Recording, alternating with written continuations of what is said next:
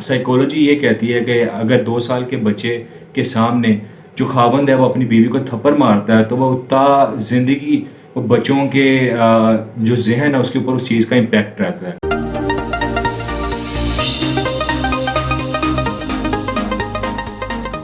میں کوشش کروں گا کہ آج کی ویڈیو میں تھوڑی سی اس واقعے کے پیچھے جو وجہ ہے جو مجھے لگتی ہے، جو میرا اپنا جو اوپینین ہے وہ میں آپ لوگوں کے ساتھ ایکسپریس کروں، شیئر کروں۔ سو ویڈیو میں میرے ساتھ بنے رہیے گا کیونکہ یہ ویڈیو بہت زیادہ امپورٹنٹ ہے بچوں کے لیے، بچیوں کے لیے۔ میں اس ویڈیو میں آپ کو بتاؤں گا کہ کیا تل حقیقت کیا ہے، یہ ایسا واقعہ کیوں پیش آیا۔ آپ سب کو پتہ ہی ہے کہ یہ اب واقعہ، یہ بات، یہ انسیڈنٹ کسی سے ڈھکا چھپا نہیں ہے۔ کچھ دن پہلے جو ہماری جو بہن تھی ان کے ساتھ جو درندگی کی گئی، جو ان کے ساتھ جو ان کی عصمت دری کی گئی، وہ سب کو پتہ ہے ان کے ساتھ کیسا جو ہے وہ حادثہ موٹر وے کے اوپر پیش آیا۔ ہم اپنی بہن کے ساتھ کیا بات کریں اس ٹاپک کے اوپر، کیا میں آپ لوگوں کے ساتھ کیا میں اپنا ایکسپیرینس شیئر کروں۔ آپ اس واقعے کو سوچتے ہو تو کوئی ایک انسان جس کے دل میں جس کے جسم میں دل ہے، جس کے اندر شعور ہے، جو عقل فہم رکھتا ہے، وہ کیسے سوچ سکتا ہے جس میں تھوڑی سی بھی شرافت کا ایک ذرا باقی ہے، جس میں ایک عقل سلیم ہے، جس کو تھوڑی بہت سوجھ بوجھ ہے، وہ کیسے یہ چیز کر سکتا ہے۔ ہماری بہن جو کہ اس وقت ریزسٹ کرتی رہیں اس چیز سے، لیکن پھر بھی اس کو درندگی کا نشانہ بنایا گیا کچھ درندوں کی وجہ سے، درندوں کی طرف سے۔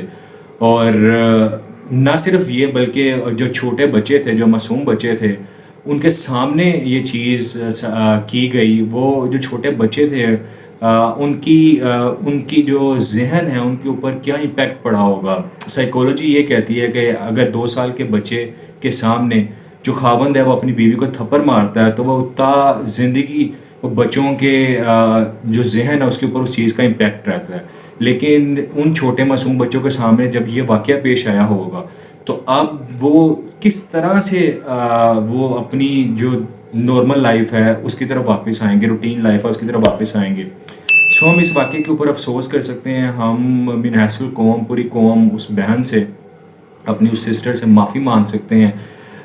سمجھ نہیں آتی کہ ہم کس طرف چل پڑے ہیں، ہمارا معاشرہ کس جانب رواں دواں ہے۔ مجھے ایک واقعہ بڑا اس موقع کی مناسبت یاد آ گیا کہ آپ صلی اللہ علیہ وسلم کے پاس ایک شخص آتا ہے اور آ کے کہتا ہے کہ آپ صلی اللہ علیہ وسلم کے پاس آ کے وہ کہتا ہے کہ میرے سے ایک بہت بڑی غلطی ہو گئی، اور اس نے نیا اسلام قبول کیا ہوتا ہے۔ آپ صلی اللہ علیہ وسلم اسے پوچھتے ہیں کہ یہ جو تم سے غلطی ہوئی، جو تم نے یہ حرکت کی، وہ اسلام قبول کرنے سے پہلے کی ہے؟ تو وہ کہتا ہے جی، اسلام قبول کرنے سے پہلے کیا ہے۔ تو آپ صلی اللہ علیہ وسلم اس کو فرماتے ہیں کہ بس تم نے جب اسلام قبول کیا تو تمہارے تمام گناہ جو ہیں وہ معاف کر دیے گئے۔ لیکن وہ شخص اصرار کرتا ہے اور کہتا ہے کہ آپ صلی اللہ علیہ وسلم سے وہ ریکویسٹ کرتا ہے کہ میری جو ہے ایک دفعہ التجا سن لیں، میں اپنا دل کا بوجھ ہلکا کرنا چاہتا ہوں۔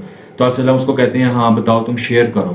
تو اپنی بات وہ شیئر کرنا شروع کرتا ہے اور بتاتا ہے کہ میری ایک بیٹی تھی جس کی جب وہ 5 سال کی ہوئی تو اپنی اس بیٹی کو میں جنگل میں لے گیا، اور جنگل میں لے گیا کیونکہ اس وقت بیٹیوں کو جو بچیاں ہیں ان کو برا سمجھا جاتا تھا۔ تو اس نے کہا میری جو ہے وہ عزت کے اوپر داغ تھا یہ، تو میں اس کو جنگل میں لے گیا اور جنگل میں جا کے اس کو بٹھا کے میں گڑھا کھودنا شروع کر دیا میں نے۔ جب گڑھا کھودا تو بتاتا ہے کہ ایک واقعہ ایسا ہوا کہ جب مجھے گڑھا کھودتے وقت پسینہ آ گیا، پسینہ آیا تو اسی چھوٹی بچی نے، 5 سال کی بچی نے، اپنی جو اس کا دوپٹہ تھا، جو چادر تھی، اس کا کچھ حصہ لے کے میرا پسینہ جو ہے وہ میرے منہ سے پہنچا۔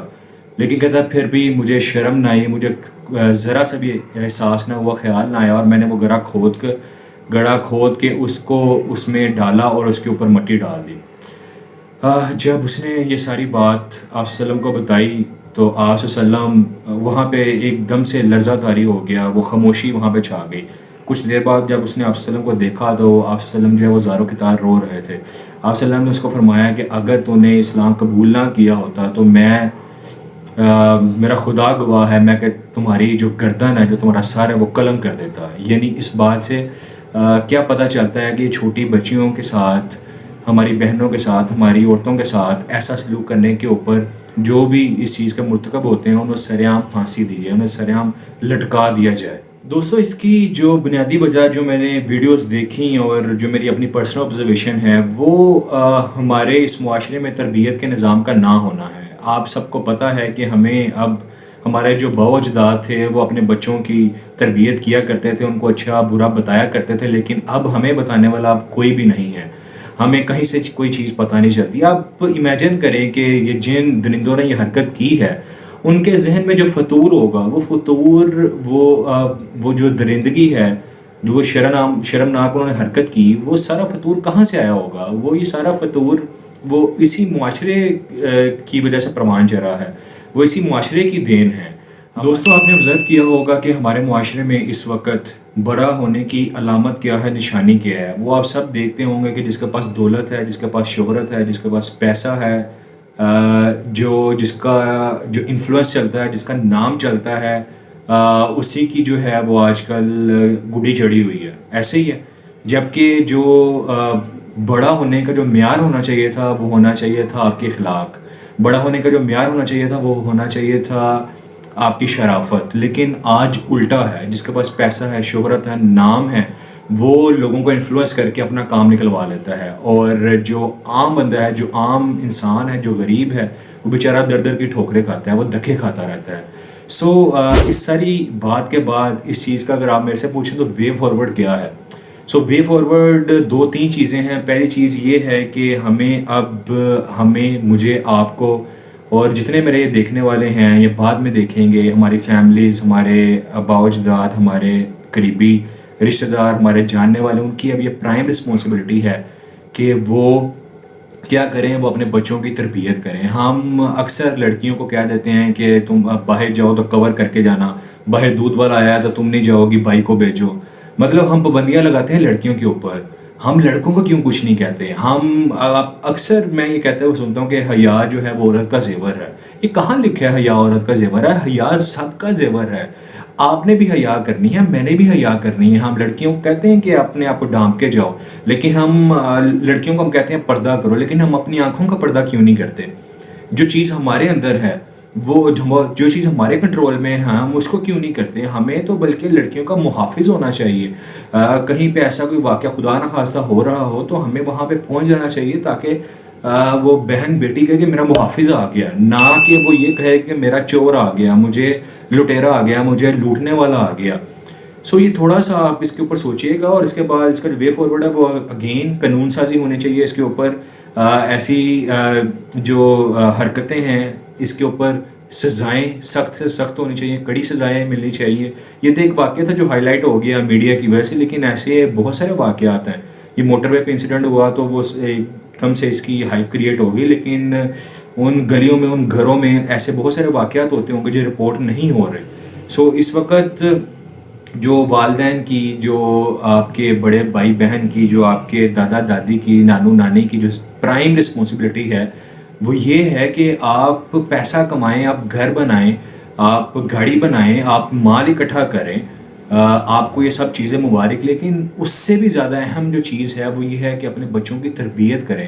ہمارے گھروں میں اکثر دیکھتا ہوں کہ چھوٹے بچے جو ہوتے ہیں، وہ مائیں جو ہیں وہ اپنا ٹائم بچانے کے لیے، اپنے آپ کو ریلیکس کرنے کے لیے ان بچوں کو جو وہ ٹیوشن بھیج دیتی ہیں کہ جاؤ ادھر جا کے پڑھو۔ وہاں پہ ٹیوشنوں میں آپ کو پتہ ہے 40 50 30 35 بچے ہوتے ہیں، وہاں پہ کس طرح سے بچے کی تربیت کی جائے گی، کس طرح سے اس کو جو ہے کلوزلی مانیٹر کیا جائے گا؟ جو سب سے اچھی تربیت ہے وہ ماں کر سکتی ہے۔ ماں اپنے بچے کو بتا سکتی ہے کہ کیا اچھا ہے، کیا برا ہے، کیسے لوگوں میں بیٹھنا ہے، کیسے لوگوں میں تم نے اٹھنا ہے۔ جبکہ ہمیں چلو لڑکیوں کو تو پھر بھی کوئی نہ کوئی بتا دیتا ہے، اس کی بڑی بہن بتا دیتی ہے، اس کی باجیاں بڑی بتا دیتی ہیں، اس کی ماں بتا دیتی ہے، لیکن لڑکوں کو تو گائیڈ کرنے والی کوئی نہیں۔ لڑکوں کو گائیڈ کرنے والا کون ہے؟ جو آپ کی گلیوں میں، آپ کی نکروں پہ، تھڑوں پہ جو موالی اور جو آوارہ گرد لڑکے بیٹھے ہوتے ہیں، وہ اسکول میں آپ کا جو ایک وہ سلٹ لڑکا ہوتا ہے، وہ سب کو بتا رہا ہوتا ہے کہ یہ ایسے ہے، یہ ایسے، وہ بتانے والا ہوتا ہے، جبکہ ہمارے بڑوں کا فرض ہے کہ ہمیں گائیڈ کیا جائے۔ یہ ایک چھوٹی سی ایک ویڈیو تھی، ایک کاوش تھی کہ میں اس واقعے کے اوپر اپنی آ کے آواز جو ہے وہ ریز کروں، آپ لوگوں کے ساتھ اپنا اوپینین شیئر کروں۔